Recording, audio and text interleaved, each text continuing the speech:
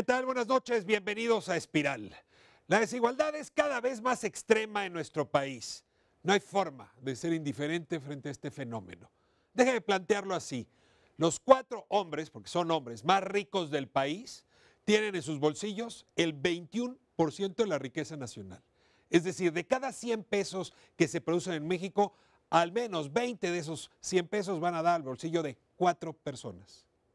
El 10% más rico del país se está quedando con 64% de la riqueza. Es decir, que 9 de cada 10 mexicanos se tienen que repartir el 36% restante. Claramente la cúpula, el penthouse nacional, está concentrando cada vez más recursos de estos que se producen en nuestro país, en México. No es que envidiemos a los ricos, es que del otro lado, 50% de la población, 53% de la población, vive apenas con lo necesario, detrás del umbral que sería indispensable para cumplir con las necesidades básicas en general. Y tenemos 22 millones de mexicanos en extrema pobreza. Eso es lo que es insoportable. Eso es lo que necesitamos entender para ver cómo se modifica. ¿Por qué hay privilegios en este país que no son resultado de la mano divina o del azar, sino de políticas y de instituciones que deliberadamente colocan a unos cuantos mexicanos en el planeta del privilegio y una gran mayoría en esta zona plebeya cada día más precaria y cada vez más envilecida? Estos datos que le ofrezco hoy vienen de un reporte reciente para México de Oxfam, elaborado por Gerardo Esquivel, uno de los economistas más respetados de este país, y que justamente de esto nos habla: desigualdad extrema. Es el tema de esta noche y viene Gerardo Esquivel junto con otros especialistas para abordarlo. Comenzamos.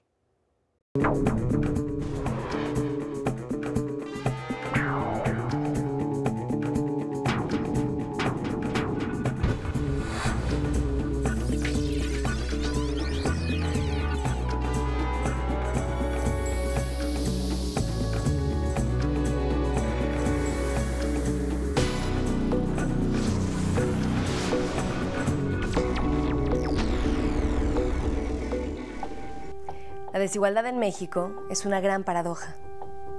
México es el segundo país más desigual en Latinoamérica, que es la región más desigual del planeta. México es la 14ª economía más rica del mundo. 4 millonarios concentran el 9% de la riqueza de todo el país. La riqueza de 16 mexicanos se hizo 5 veces más grande.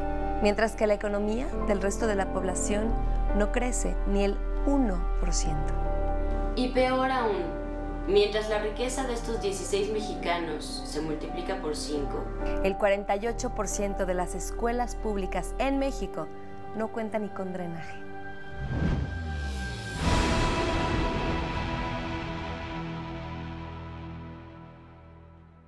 Abrimos nuestra conversación de esta noche sobre la desigualdad extrema en México, justamente con el autor de este reporte de Oxfam y otros estudiosos, participantes en la discusión justamente del fenómeno de la pobreza y la desigualdad en México, de la movilidad social. Les doy la bienvenida, les agradezco mucho que estén esta noche en Espiral. Y bueno, pues primero que nada le doy la palabra a Gerardo Esquivel para que, como esta edición aquí en Espiral, se presente. Muy bien, con mucho gusto. Gerardo Esquivel, soy economista, profesor e investigador de la UNAM y del Colegio de México, y soy, como bien dices, el autor del reporte que patrocinó Oxfam, la desigualdad extrema en México, concentración del poder económico y político.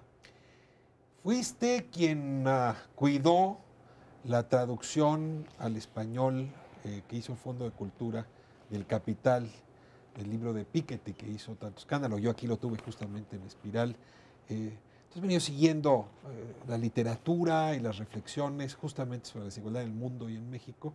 Celebro que ahora te toque haber hecho este trabajo para Oxfam, que nos va a dar pues pretexto justamente para conversar sobre los datos que han sido ahí arrojados. Gerardo, bienvenido, y como dije al principio, qué honor tener un economista tan destacado. Muchas gracias por la invitación, Ricardo. Le doy la bienvenida a Elena Horbauer. Me da muchísimo gusto que nos acompañe, y también le pido, Elena, que se presente. Gracias, Ricardo. Es un placer estar aquí. Soy Elena Hofbauer, soy la representante regional de la Fundación Ford para México y Centroamérica. Y la Fundación Ford, como tú sabes, ha trabajado un sinnúmero de temas relacionados con la desigualdad, pero ha decidido ahorita dedicar todos sus esfuerzos a la desigualdad en esta región y en todas las regiones en las cuales trabajamos. Entonces es un tema que tenemos muy cerca del corazón, que nos interesa de sobremanera y sobre el cual estamos en estos momentos debatiendo cómo vamos a poder contribuir, qué vamos a hacer específicamente para tratar de desarticular algunos de los elementos que sostienen estas desigualdades que caracterizan al mundo de hoy en día. Es interesante, Elena, aprovechar la experiencia que tiene la Fundación Ford para comparar regiones, ¿no? Porque ciertamente el nivel de concentración de la riqueza es un fenómeno que está siendo mundial. Hay que entender cómo está ocurriendo en América Latina y México en ese contexto, cómo se mueve. Que voy a aprovechar tu presencia aquí para ir en esa dirección. Me da mucho gusto tenerte aquí. Y bueno, es alguien que yo diría casi de casa por la cantidad de veces que ha venido y que me honra también muchísimo su presencia aquí. Le admiro mucho. Roberto Vélez, bienvenido a Espiral. Muchas gracias nuevamente, Ricardo, por la invitación. Mi nombre es Roberto Vélez Grajales, soy director de Movilidad Social y Bienestar Socioeconómico del Centro de Estudios Espinosa Iglesias. Y bueno, yo encantado de estar en una discusión como esta.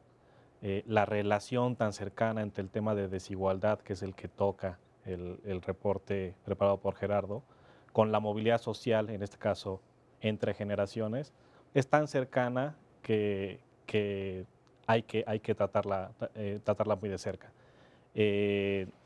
Conoces bien lo que hemos hecho y me parece que los resultados que estamos encontrando en el reporte de Gerardo son complementarios a lo que nosotros hemos estado hallando en el CEI. Y habrá que ver cómo está ligado, ¿no? Este nivel de concentración de la riqueza con el elevador descompuesto, ¿no? Con la falta de movilidad social, con la condena que implica haber nacido en un estamento o en un piso y no en otro. Y bueno, le doy la bienvenida a Jimena Andión.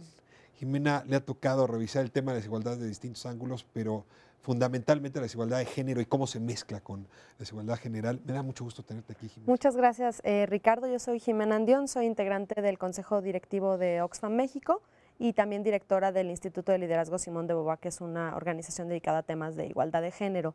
Y bueno, como tú sabes, Ricardo, con este informe Oxfam México está lanzando esta campaña que se llama Iguales, que es una campaña que pretende justamente lograr un gran pacto nacional por la igualdad. Realmente mirar todas estas desigualdades, la de género, la socioeconómica, la étnica, y realmente repensar el país, porque es insostenible esto que tenemos y realmente es un llamado donde esperamos que a esta campaña se sumen muchas voces de muchos diversos sectores del país. A mí me gusta mucho el término que utiliza Piketty justamente como antónimo de desigualdad, ¿no? Que es convergencia.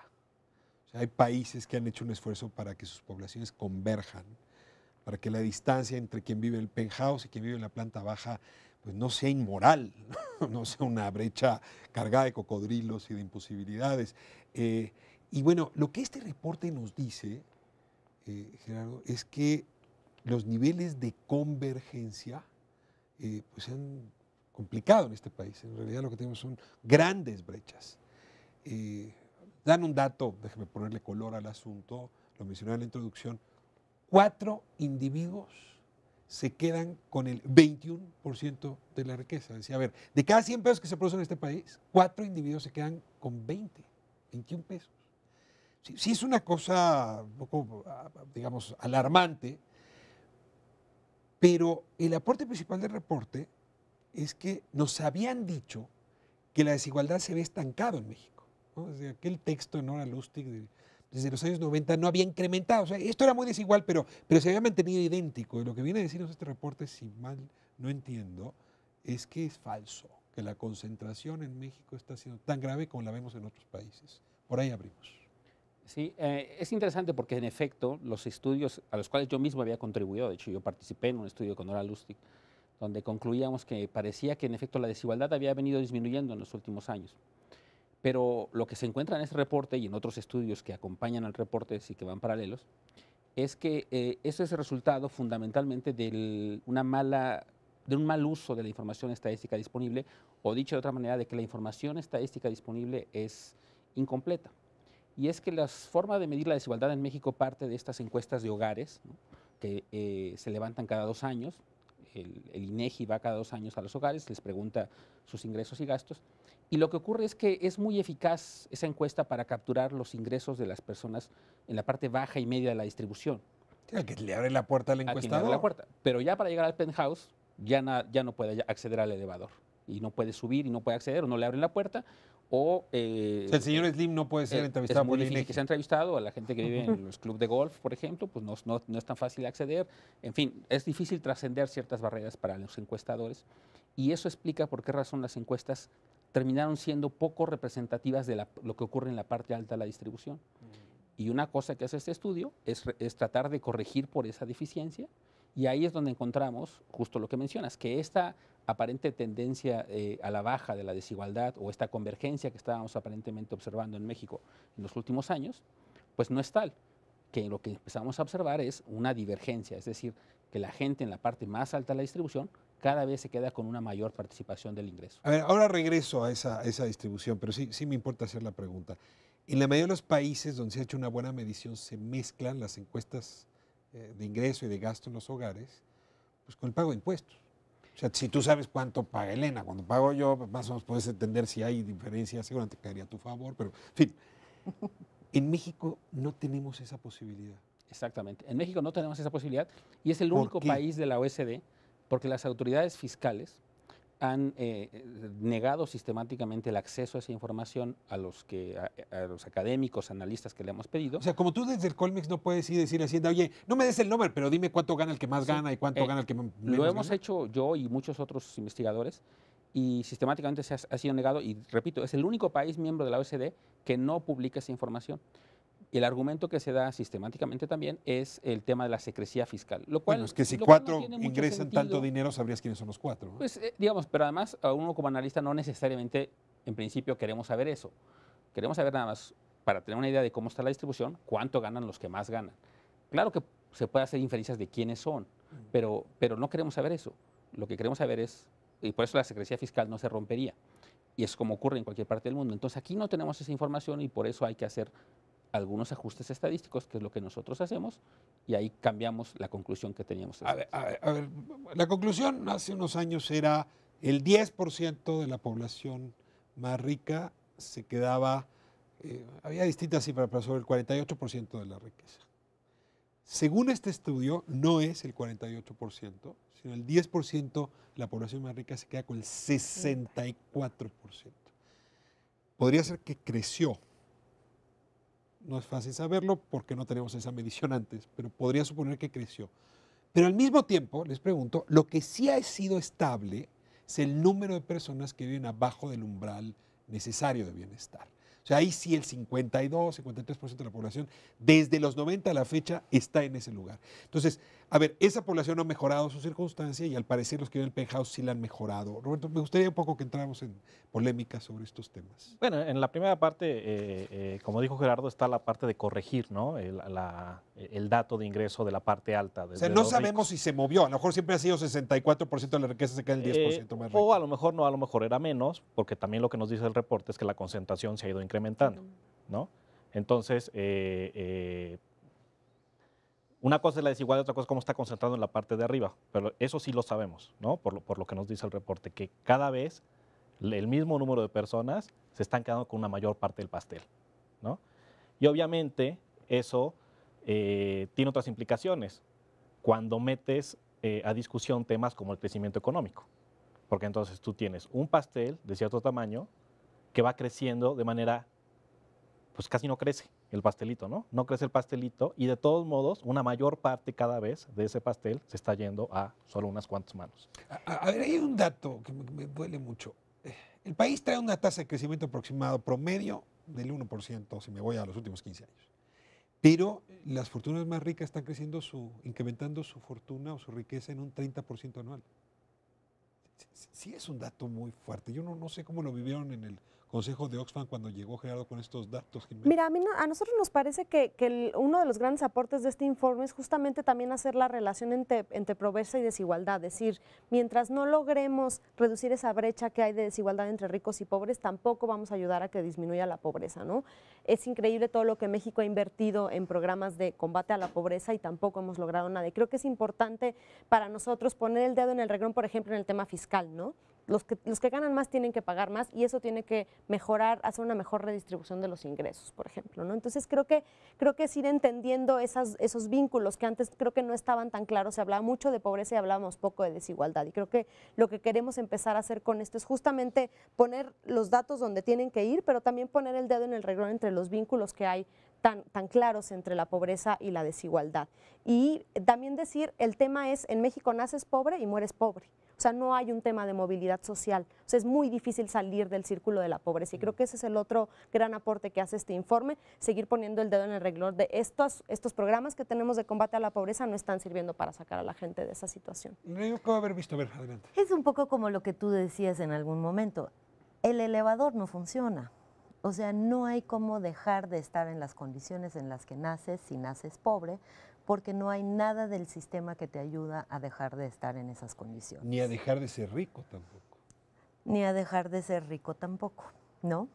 Si eres rico, probablemente vas a ser mucho más rico con el paso del tiempo, ¿no? Porque todo te va a proteger y te va a favorecer como para que tú puedas no solo afianzar tu posición, sino mejorar y seguir afianzando esa posición. Y si estás en los 5 deciles más bajos, ¿qué estamos hablando? O sea, ya hablar de 5 deciles, 50% de la población. No hay nada que te permita salir de las condiciones en las que estás. Los gobiernos que hemos tenido a lo largo de los últimos 18 años, 20 años, vanagloriándose con programas de combate a la pobreza, en realidad no han puesto ninguna atención en la desigualdad. Y el combate a la pobreza es eso. Haz que los pobres no sean tan pobres o no sean tan miserables con ciertas ayudas que puedan ayudarlos a estar en cierto nivel en donde la miseria sea soportable, pero en donde no sea resuelta tampoco. O sea, en realidad la pobreza en México no ha disminuido, la riqueza sí ha aumentado y como efecto, claro, la desigualdad se abre en brechas cada vez más grandes. Tengo algún tiempo conduciendo este programa y muchas veces me tocó con funcionarios públicos, hoy ya no cometen tanto el error. Cuando hablábamos de desigualdad, como decía Jimena, inmediatamente decían, no, bueno, hemos hecho un gran esfuerzo. Estamos invirtiendo una enorme cantidad de recursos para paliar o para modificar las condiciones que generan pobreza. Decían, pero bueno, a ver, estamos hablando aquí de desigualdad y ustedes corren a hablar de pobreza. Pero me queda claro que los vínculos entre desigualdad y pobreza no son explícitos. Es decir, ¿por qué la desigualdad produce pobreza? ¿O cómo tendrías que tratar la pobreza para disminuir la desigualdad? Voy a corte. Y ese vínculo al que Jimena hacía referencia, quisiera que regresamos a él, ¿sí? que nos ayudes a entender, que nos ayuden a entender a partir del reporte qué tendríamos que ver de esos vínculos, qué produce que desigualdad, pobreza, pobreza, desigualdad, o son temas separados como aquellos funcionarios insistían en observar. Vamos a corte y regresamos en un momento. Quédese con nosotros, seguimos en Espiral.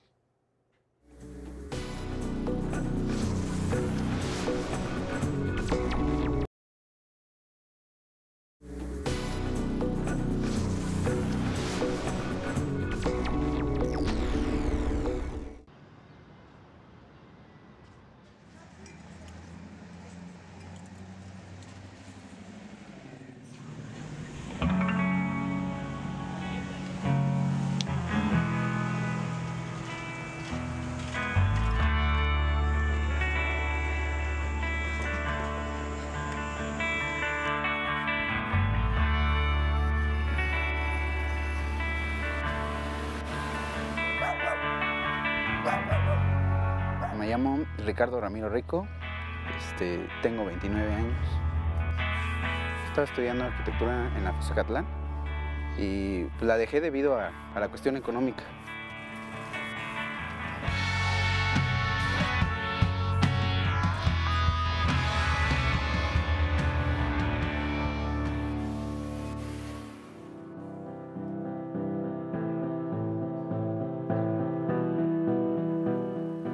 ahorita estoy trabajando de vigilante.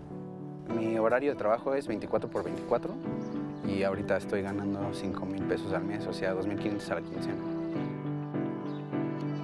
Desigualdad, bueno, aquí en México se ve fácil, ¿no? Como los niveles de vida que tiene cada persona. Hay gente que se preocupa por tener el mejor celular y hay gente que se preocupa porque en su casa no tienen ni para comer. Quiero acabar la carrera, tengo ganas de, por satisfacción, titularme y ya después pues tengo otros proyectos porque me gusta la gastronomía, entonces tengo ganas como de hacer un restaurante, una cafetería, pero diseñada por mí.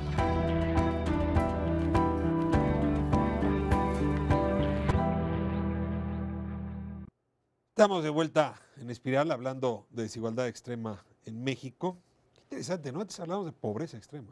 Ahora ustedes están hablando de desigualdad extrema. Y les decía, me interesa mucho que me ayuden a entender los vínculos entre estos dos fenómenos. Muchos todavía, hace tiempo en una encuesta, muchos mexicanos decían, bueno, la pobreza es un asunto que provoca el azar, ¿no? La mano de Dios. Pero no había como responsabilidad asignada al Estado o incluso a las mayores fortunas. Este reporte dice, sí hay responsabilidad. El Estado es el responsable primero de estos niveles de pobreza y muchos de los actores económicos de este país son cómplices de este estado de desigualdad. Diría que sobre este argumento pudieran desarrollar los principales argumentos arrojados por el reporte. Sí, sobre eso yo diría que una cosa que se discute en el documento es precisamente cómo tiende a generarse un círculo vicioso, digamos. Una vez que hay tanta desigualdad, los grupos más poderosos en términos económicos, pues empiezan a tener un cierto interés en lograr lo que se llama la captura del poder económico y político. Es decir, ya tienen poder económico y quieren buscar la captura del poder político para poder influenciar en el diseño de políticas públicas que los terminan beneficiando. De ahí el subtítulo, digamos, del documento, que es poder económico y concentración del poder económico y político, porque lo que ocurre es precisamente eso. Esas grandes fortunas, y ahí se habla en particular de 4 multimillonarios, se habla de cómo están vinculados precisamente a sectores que fueron o privatizados en su momento, en los 80s, o que viven de concesiones, como las mineras, o que deberían estar regulados de manera muy importante por el Estado. Y en esa medida es que se establece una relación muy particular. Entonces eso empieza a dar lugar a un círculo vicioso, digamos, entre la concentración del poder económico y del poder político. Y eso es parte de lo que nos lleva a esa sobre representados políticamente. Por supuesto. Y eso, digamos, eso está asociado a, por ejemplo, esta cuestión de la telebancada que tanto se habla. Es una cosa de ese tipo, pero va mucho más allá de eso. Es decir, incluso ni siquiera tienen que estar representados políticamente. Tienen que ser capaces de influir mediante lobbying, mediante toda esa capacidad y ese despliegue de recursos que tienen abogados, contadores, etcétera, que les ayudan en el diseño de políticas que los terminan beneficiando. Y ahí se habla, por ejemplo, la política fiscal es un caso de esos. La política fiscal que tenemos en México es una política fiscal que, según creo yo y según se argumenta en el documento, beneficia de manera sistemática a los grupos más privilegiados. Hay que ponerles un ejemplo. La mayoría de los países tienen impuestos a la herencia grandes. ¿Sí? En Estados Unidos las universidades se financian gracias a que las grandes fortunas, con tal de no pagar el impuesto a la herencia, apoyan Donan. universidades, no donan. En México, el impuesto sobre la herencia no existe. No existe. ¿Por qué no existe? ¿Por qué han hecho lobbying? ¿Porque a nadie se le ha ocurrido? ¿Porque no están dispuestos los más ricos a pagar ese impuesto? No vaya a ser que se vaya en corrupción. A ver, Roberto, O sea, yo creo que hay una captura total del poder político por parte del poder económico. Creo otro ejemplo interesante son los salarios. O sea, tenemos un crecimiento muy chiquito en el país y en lugar de que ese crecimiento se vea reflejado, por ejemplo, en aumento a los salarios, lo que ves es que los salarios están estancados. Entonces tienes salarios mínimos que son ridículos para este país, para la canasta básica, y eso que hace pues que la gente se quede en la pobreza, ¿no? Ahí está parte también de la relación entre desigualdad y pobreza que tienes. Entonces, a mí sí me parece que hay una relación entre más desigualdad tienes, también menos puedes combatir la pobreza y menos ganas hay realmente de mirar a la pobreza desde otra perspectiva. Es decir, si el poder político está capturado por el poder económico, no hay interés en reducir esas desigualdades. Déjame hablar de eso contigo, con ustedes, porque, a ver, es que el salario mínimo no crece porque no crece la productividad. Por eso dicen allá arriba. Pero déjame dejar el salario a un lado porque merece tratamiento y déjame centrarme en el tema de la política fiscal. O sea, la política fiscal está capturada. Está capturada absolutamente, porque las reformas fiscales o los cambios fiscales que se han hecho no han llevado a que en realidad los recursos que el Estado capta por medio de los ingresos tributarios y demás puedan ser distribuidos de una manera que afecten positivamente estos niveles de desigualdad. O sea, los gobiernos tienen el gasto público como un mecanismo de redistribución y en realidad los presupuestos públicos deberían de entenderse como eso. Con mecanismos redistributivos. Sí, yo me hago de recursos de toda la sociedad y los distribuyo de una manera que puedan nivelar la cancha, el terreno del juego, invirtiendo más en programas sociales que puedan ser esenciales para reducir las brechas. A ver, políticas públicas y el ejercicio del recurso merece tratamiento. Déjenme centrarme primero en el ingreso. Y perdón que insista, Roberto, ¿cuál es la historia del impuesto sobre la herencia en México? Porque pero sí antes, lo hubo. Sí, pero bueno, eso más bien lo usar como pretexto para hablar de a qué nos referimos con este tamaño de desigualdad. O sea, lo primero que dijiste es si la desigualdad era un poquito más arriba, si iba bajando o si iba bajando en los últimos años. A mí en realidad eso me importa poco, dado que lo que importa es el nivel de la desigualdad. Si haya subido o haya bajado, siempre ha sido muy alta, ¿no? Segundo punto, no nada más ha sido muy alta, sino que es importante conocer la composición de esa desigualdad, ¿no? Es decir, Elena hablaba del emparejamiento de la cancha, ¿no? Si tú en una generación no emparejas la cancha, generas una brecha, la siguiente generación arranca ya con una brecha que se está ensanchando por problemas de... No quiero parecer necio, pero ese es el motivo del impuesto sobre la herencia. Pues claro. es que no porque naciste hijo de un rico, entonces resulta que tengas más ventajas que el vecino. Por eso te digo que lo iba a usar como pretexto, ¿no? Y entonces, no nada más la desigualdad es muy grande, sino que se ha ido acumulando en las mismas personas. Hay una persistencia en la composición, ¿sí? Los que están abajo siempre están abajo, los que están arriba siempre están arriba, ¿no? Y entonces, claro, el potencial de crecimiento, dependiendo de dónde nazcas, pues va a ser completamente distinto.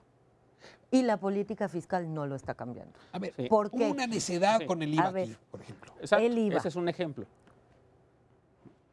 No, el tema del IVA es muy importante porque hemos insistido, y hay gente que insiste sistemáticamente, en gravar el impuesto a los alimentos. Porque es más fácil, por ejemplo, dicen. Porque es más fácil de recolectar. ¿Y a quién Puede afecta? ser cierto. El punto es que eso perjudica, digamos, fundamentalmente a la gente de menores ingresos. ¿Por qué razón? Supongamos que alguien gana, digamos, 2,000 pesos de salario mínimo. Si el grueso de su ingreso se lo tiene que consumir, por razones obvias, para poder sobrevivir. Si paga impuestos sobre lo que consume, pues paga 15%, 16% en este caso del IVA, sobre casi todo su ingreso. Un rico que gana 100,000 pesos, o una persona que gana 100,000 pesos al mes, pues puede gastarse 60,000 pesos, digamos. Si está pagando impuestos al consumo sobre 60,000 pesos nada más, quiere decir que la fracción que paga ese individuo de mayores ingresos es menor cuando la comparamos con respecto a su ingreso que lo que paga la persona más pobre. Y es ahí donde empieza el sesgo sistemático en contra de los individuos de menores ingresos y en beneficio de los de mayores ingresos. Y es ahí donde está la captura, digamos. Otro ejemplo, las fuentes de ingreso de los individuos de mayores recursos no es el trabajo. No es el impuesto sobre la renta que de la quincena, que a ti te descuentan en sí, también el colegio, la UNAM, etcétera. No, es ganancias de capital, dividendos, todas esas cosas. Esas cosas hasta el año pasado, por ejemplo, no tenían un solo gravamen. Ahora empiezan a tener un cierto, el caso de los impuestos de ganancias de capital, ahora tienen un cierto gravamen que funciona muy mal, por cierto.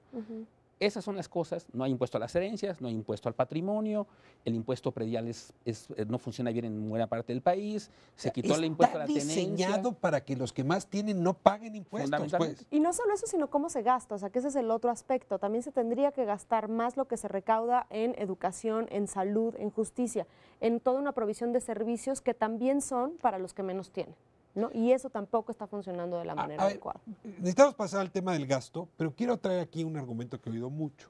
O sea, cada vez que se insiste con que impuesto a la herencia, un mejor impuesto sobre la renta, las familias de mayor recurso dicen, yo estaría de acuerdo, pero no para que se compren casas blancas. Si yo estaría de acuerdo, siempre y cuando se elimine la corrupción. Porque mientras haya esta corrupción, no estamos dispuestos a pagar más impuestos. A ver, este es un argumento que yo no tiraría tan rápido a la basura. no hay que tirarlo a la basura. Definitivamente, los niveles de transparencia y de rendición de cuentas están muy por debajo de lo que deberían de ser. Pero ojo, esas familias ricas que dicen, yo estoy dispuesto a pagar más impuestos si se reduce la corrupción, se han beneficiado de la corrupción también. Manejan la corrupción también. Pero ya una vez que están dentro del cuarto quieren cerrar la puerta. Para que no se... Claro, entonces la corrupción, ¿a quién nos conviene y cómo? No es lo mismo que tú entiendas por corrupción lo que se da a pequeña escala que las enormes corruptelas que se pueden dar en torno al capital y en torno a la concentración del poder económico y político. Entonces, sí es un argumento y es importante y no podemos bajar la guardia. Ahora, la reforma reciente de Hacienda, que sí incrementó recaudación, ahora todos los partidos, ya casi el mismo PRI, dicen, está arruinando al país. Le está echando a perder la economía. No crecemos por culpa de esa reforma. Es la primera que medianamente creció la recaudación. O sea, una reflexión muy rápida ya para pasar al tema de gasto sobre esta reforma. Es una reforma que conecta con este reporte, que puede traer más recursos para repartir mejor. Yo lo que diría es que, digamos, parte de la reforma no estuvo mal. Es decir, por ejemplo, el aumento en la tasa del impuesto más alto sobre la renta, pues no estuvo mal. Eso es parte de va en la dirección correcta, va en la dirección de las propuestas que se sugieren en el documento. Hay otra dimensión, por ejemplo, el impuesto a los consumos con alto contenido, a los productos con alto contenido calórico, que tenía una lógica que se supone que era combatir la obesidad, etc. Eso en el fondo terminó siendo un impuesto a los alimentos como una especie de IVA disfrazado. Y eso sí tuvo un impacto en el consumo y fundamentalmente, y hay un estudio reciente que lo acaba de demostrar, que afectó fundamentalmente a los individuos de menores ingresos. Nuevamente, ¿por qué razón bajó el consumo de refrescos en las personas más pobres? Porque son las personas que tienen su presupuesto más limitado. Cualquier cosa que perjudica un precio de sus bienes que consumen, pues los perjudica. ¿Pero tú estarías de acuerdo? ¿Fue una reforma que fue en el sentido correcto? Digamos, la recaudación nos ha incrementado. Si hablamos de IVA, sin haber entrado la parte de alimentos y medicinas, como porcentaje del PIB se ha incrementado la recaudación, pero la productividad sigue siendo baja si comparamos, o sea, digamos, la eficiencia del SAT para recaudar IVA sigue siendo muy baja si lo comparamos con otros países de América Latina, ¿no? Eso sigue sucediendo. Ahora, si tú me dices IVA o este impuesto a los azucarados, si a mí claramente me dices qué vas a hacer con el IVA y efectivamente me demuestras que lo vas a hacer, yo podría ser más partidario de eso que un impuesto como el de los azucarados, que como bien dice Gerardo, lo que hizo fue para combatir la obesidad, ¿no? Y el ejemplo caricatura es decir, ok, si tú le subes el precio ahí, dado que la gente gasta una mayor proporción de su ingreso en alimentos, y que esa gente, para irse a la escuela, digamos, el niño que se tiene que ir a la escuela, para estar despierto en la escuela, pues se va a meter un refresco de cola, ¿no? Bueno, pues ya no se lo va a meter. Ahora, perdón que lo saques, que lo estás metiendo realmente en el detallito. O sea, la pregunta es si el conjunto de la iniciativa iba o no en el buen sentido, porque le están queriendo derrumbar no por el IVA a los azucarados, ¿eh? O sea, hay una actitud deliberada para que en la próxima sesión el PAN está diciendo hay que tumbarla. Esta es la iniciativa que hace que el país no crezca. Yo creo que tenían que ir más lejos, pero no podían hacerlo porque no había garantías para que ellos, por el lado del gasto, le correspondieran a la gente lo que estaba pidiendo, que era un gasto más progresivo. Se quedaron a la mitad. Redondeamos la idea. Sí, yo más diría que el problema de la reforma fiscal en todo caso no vino por los impuestos, sino fue por el uso inefectivo del gasto. Eso sí no ayuda porque recortaron el gasto en términos de infraestructura, inversión de alto impacto, y esas son las cosas que no están ayudando al crecimiento. Entonces, hay un arreglo político que hace que no se le cobre impuestos a quien debería cobrárseles y que las fortunas más importantes se beneficien. Pero el tema no se acaba ahí. El ejercicio del gasto es poco eficaz en términos de corrección de condiciones de desigualdad. Entramos en ese tema que la propia Jimena planteó. Sí, yo creo que ahí el tema es cómo además de que se ingresa poco en términos de impuestos, se gasta poco en educación, en salud, y bueno, el estudio, y Gerardo seguramente podrá hablar más de la brecha en educación y cómo la brecha entre estudiar en una escuela pública y una escuela privada sí te te limita oportunidades enormemente, que creo que es un ejemplo muy claro de lo que pasa con las desigualdades y la pobreza en este país, y creemos que se invierte poco, y además tienes todo el otro tema que ya tocábamos de la corrupción, ¿no? Y la falta de transparencia y rendición de cuentas frente al gasto. Entonces, se gasta poco en los temas fundamentales que pueden ayudar a cerrar esas brechas de desigualdad, y luego, además del gasto ineficiente, tienes corrupción también en el ejercicio del gasto, sobre todo a nivel estatal y municipal. Hay muchas complejidades y problemas en términos de cómo se usa el gasto. Elena, Brasil es un país muy corrupto, traen problemas muy serios y es un país que ha tenido problemas para cobrar impuestos, pero las políticas de combate a la desigualdad y a la pobreza claramente dieron resultados. Voy a la corte y me gustaría que nos ayudas a entender, a ver qué políticas en América Latina de gasto son o podrían ser modelo para que México utilice de manera más eficaz los recursos que son de todos en este tema. Me voy a corte y regresamos. Siga con nosotros, estamos en Espiral.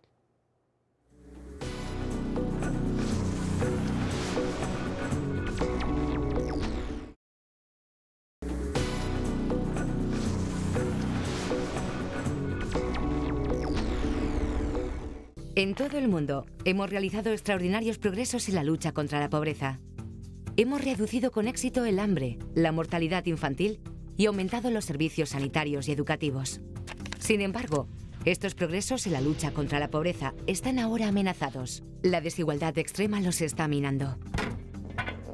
En 2014, solo 85 personas poseen la misma riqueza que la mitad de la humanidad. Y está empeorando. 7 de cada 10 personas viven en países donde la brecha entre ricos y pobres es mayor que hace 30 años. ¿Qué está ocurriendo? La desigualdad no es accidental o inevitable. Es el resultado de decisiones políticas deliberadas. Imagina que tienes mucho dinero y recursos. Tu patrimonio te proporciona poder e influencia para presionar a los gobiernos y que aprueben políticas que te permitan, por ejemplo, pagar menos impuestos o pagar a tus empleados un sueldo con el que no puedan vivir dignamente. Como las leyes te benefician, te enriqueces más y más, y tienes cada vez más influencia y poder. Es un círculo vicioso. Ahora imagina que no eres una persona rica. Vives en un sistema que no está diseñado para ti. Pagas los impuestos, pero tu voz no pesa en las decisiones. Tal vez la atención sanitaria o la educación estén fuera de tu alcance porque el gobierno no pueda financiarlas. Tal vez tu salario no llega y tengas problemas para mantenerte a ti y a tu familia. Pero no tiene por qué ser así. Podemos lograr que los gobiernos anulen esas políticas. No es imposible.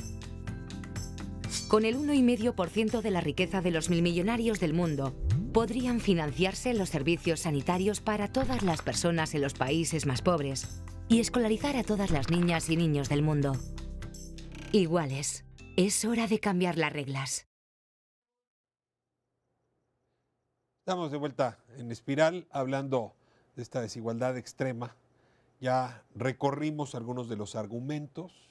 Claramente el Estado pues tiene hijos consentidos, ¿no? Y le pide el gobierno a unos cuantos que paguen impuestos y no son justamente los que más tienen. Entonces hay un problema sistémico, una falla ahí del motor.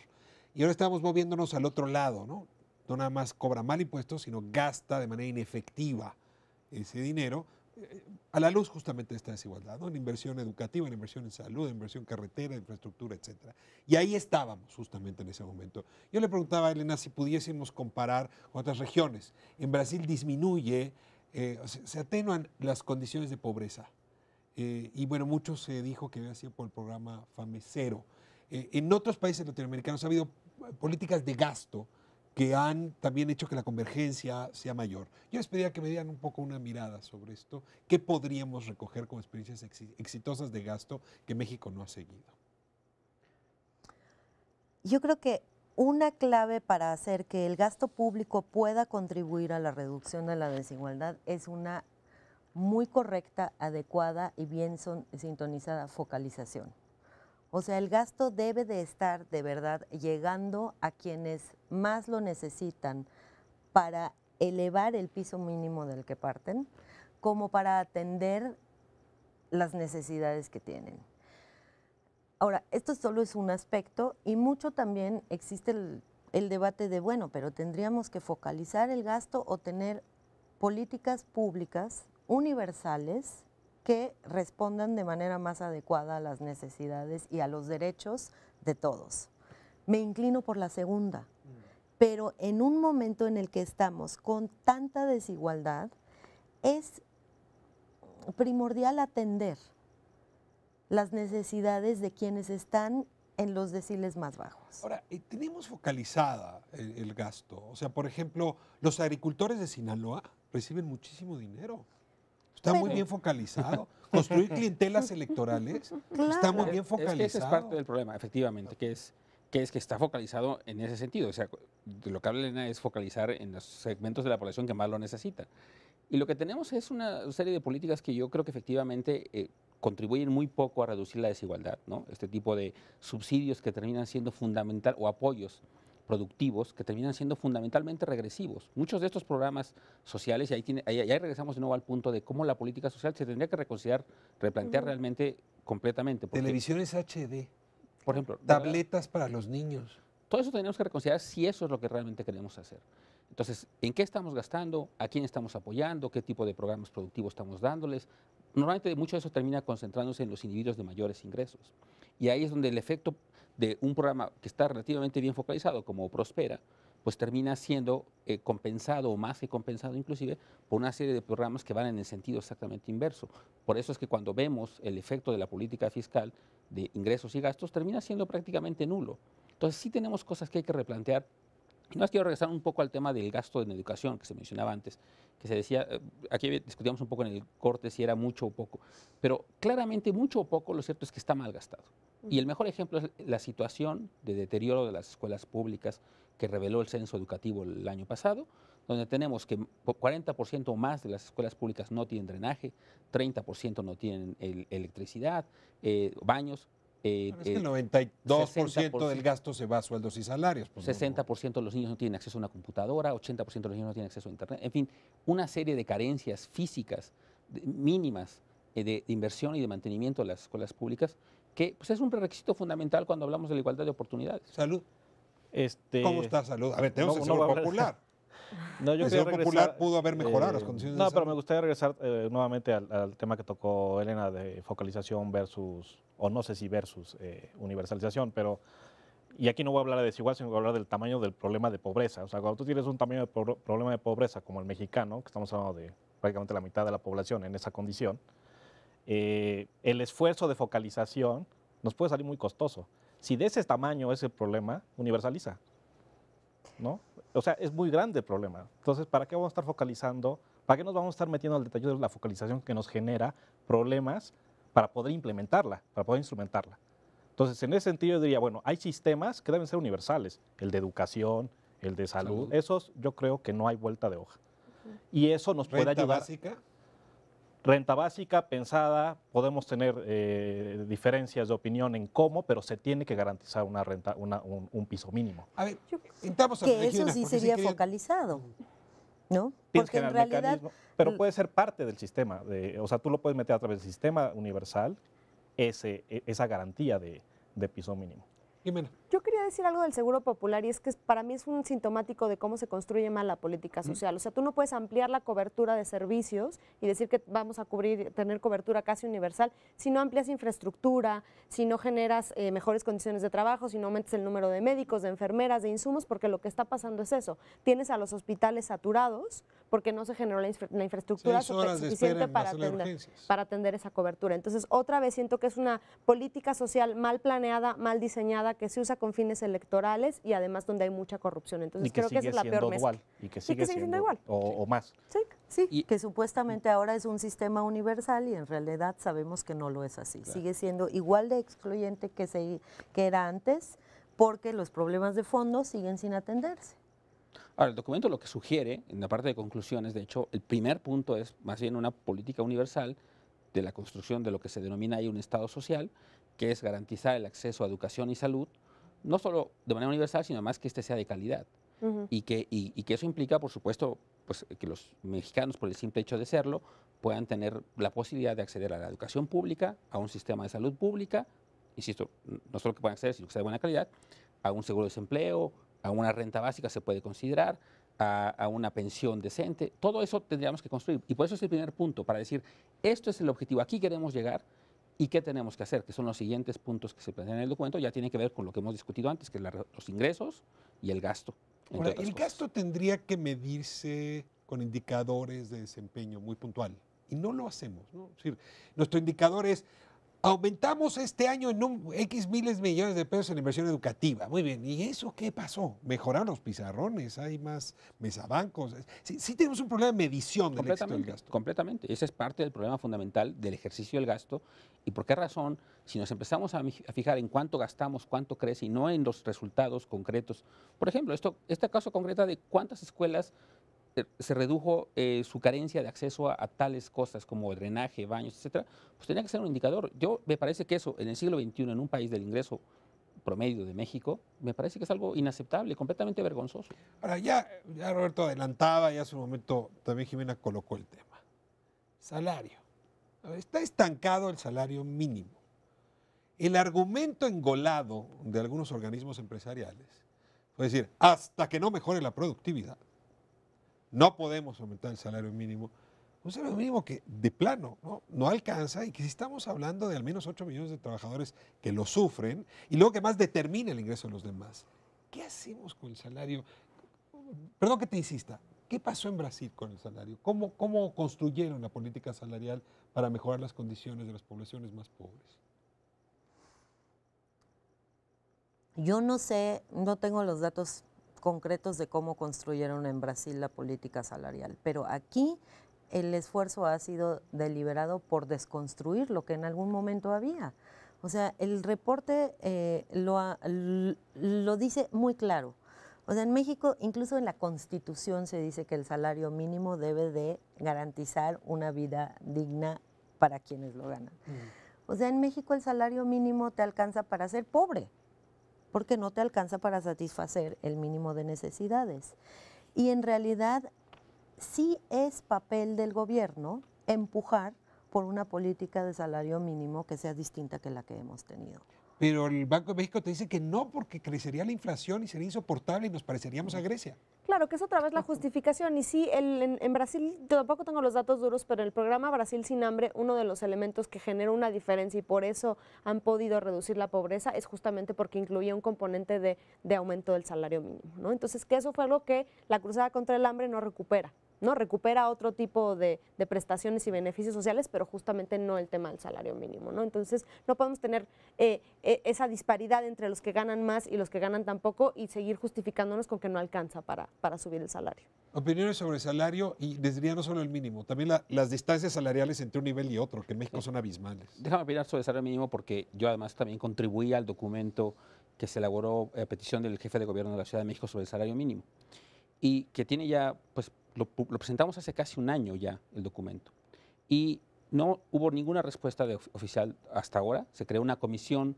Y el jefe de gobierno dejó de pelearlo también. Lo dejó pelear, sí, pero digamos, creo que lo hizo mal porque ha dejado de pelear eso y otras cosas, pero se creó una comisión para estudiar el aumento del salario mínimo dentro de la Comisión Nacional del Salario Mínimo, lo cual me parece también ridículo. Pero se hizo eso. Una matrusca de comisiones. Una matrusca de comisiones. Y ahí no han publicado nada, es la fecha que no han publicado nada. El Banco de México, que fue muy incisivo en sus argumentos contra el aumento del salario mínimo porque generaría inflación, a la fecha no ha presentado un solo dato o un solo documento que revele que efectivamente eso ocurriría. Nuestro documento y otros estudios que se han hecho posteriores sugieren que no habría aumentos en la inflación. No ha habido ninguna respuesta oficial. Pero Carsten salió a decirte que estabas equivocado, que ibas a ver este país a la crisis. Es un punto de fe, es un acto de fe lo que le está diciendo. La evidencia empírica que está en el documento que nosotros hemos hecho y que otros en otros países, Uruguay, por ejemplo, se triplicó el salario mínimo en términos reales sin un aumento significativo en la inflación. Y el Banco de México sale a decir eso sin ninguna justificación ni ninguna evidencia empírica. Roberto, el otro tema es una sociedad medianamente justa, como la podríamos entender justa, vamos a pensar en los países escandinavos, la distancia entre un nivel y otro digamos, laboral, no tiene una distancia mayor en salario del 5%. ¿No? O sea, no sé, en el gobierno, entre jefe de departamento y director de área, no hay más de 5%. Aquí son 300, 400% de diferencia entre un salario y otro. Es una cosa rarísima, que también abona a esta desigualdad. Sí, o sea, por ejemplo, en el centro de Espinosa Iglesias, cuando nosotros decimos hay que promover la movilidad social, nos preguntan por qué. La primera razón que damos es por justicia social. Es una cuestión normativa. O sea, no podemos estar de acuerdo, es una declaración de principios, no podemos estar de acuerdo con que haya ese tamaño de brecha, ¿no? Entonces, eso de entrada, ¿no? Y ya después podemos meternos a la discusión técnica si genera o no inflación, que yo creo que hay suficiente evidencia que está mostrando que no. el impacto de inflación realmente no va a ser importante. A lo mejor otra cosa que tendremos que estar discutiendo más bien es si el hecho de que el país es los mercados laborales regionales en el país pueden ser muy distintos, entonces, ¿cómo tenemos que definir los pisos de salario mínimo? Y a lo mejor eso tú, Gerardo, lo has estado analizando, es decir, no es lo mismo el mercado laboral del DF que el mercado laboral del sureste mexicano, ¿no? Entonces, eso a lo mejor tendríamos que estarlo discutiendo para estar pensando en qué es lo que tenemos que hacer en términos de estos salarios mínimos. El bien escaso más rudo en televisión es el tiempo, se nos fue. Me quedan 2 minutos y quiero una conclusión, les voy a pedir que sea una conclusión sobre desigualdad y violencia. Parece que en este país, también así como la pobreza y la desigualdad están divorciadas, por un lado es un país con mucha violencia, por otro lado es un país con mucha desigualdad, hay más de una conexión. La palabra, si quieres, arrancamos contigo, Jimena. Sí, yo creo que nada más decir que si la falta de oportunidades económicas en este país, la pobreza sí han contribuido a aumentar los niveles de violencia en el país. El estudio lo demuestra claramente cómo los municipios más pobres son también los municipios donde ha aumentado más la violencia. Entonces creo que es momento ya de que podamos hacer esta conexión y buscar políticas más integrales que realmente mejoren las condiciones socioeconómicas, también como una política de prevención y de combate a la Pregunta, ¿los violencia. municipios más pobres o los municipios más desiguales son los que provocan mayor violencia? Roberto. Eso lo vamos a contestar, Gerardo. Te la guardo para tu cierre. Cierras tú, Roberto. Pero yo lo que diría es, este tema de violencia relacionado con desigualdad, nada más hay que ser cuidadosos, es decir, el hecho de que no estamos diciendo que los de la parte baja de la distribución son los malos, ¿no? Los malos que se meten a cometer delitos, eso no es. Lo que estamos diciendo es que a mí me parece que es un síntoma de que a este país pues, le quebraron el corazón, ¿no? Le partieron el corazón. Es decir, la gente percibe que no tiene oportunidades para salir adelante, la gente busca el camino cómo hacerlo. Su planeación no necesariamente ya es de vida, es decir, no planean su vida, sino que planean qué es lo que tienen que hacer en los siguientes meses, en los siguientes días, ¿no? Y entonces ahí ese es un problema que está ahí latente, no latente, sino que está en los hechos. Y genera violencia. Elena, cierras. Yo estoy de acuerdo con eso totalmente. O sea, la violencia en ese sentido es el corazón de la desigualdad y de los problemas estructurales que estamos viviendo.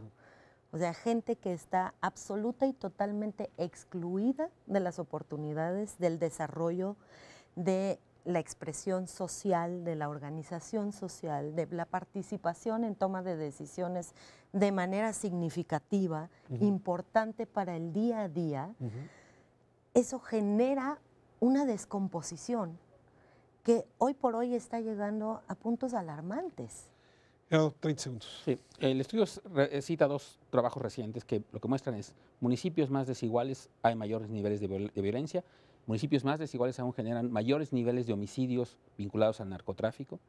Y otro estudio que lo que revela es que municipios donde hay menores oportunidades para los jóvenes están asociados a mayor violencia. Y ese es justamente donde se crea un caldo de cultivo, donde los jóvenes que se encuentran con menores oportunidades, ya sea para trabajar o para estudiar, pues se genera esta situación que un poco como decía Roberto, quiebra el corazón, quiebra sus aspiraciones.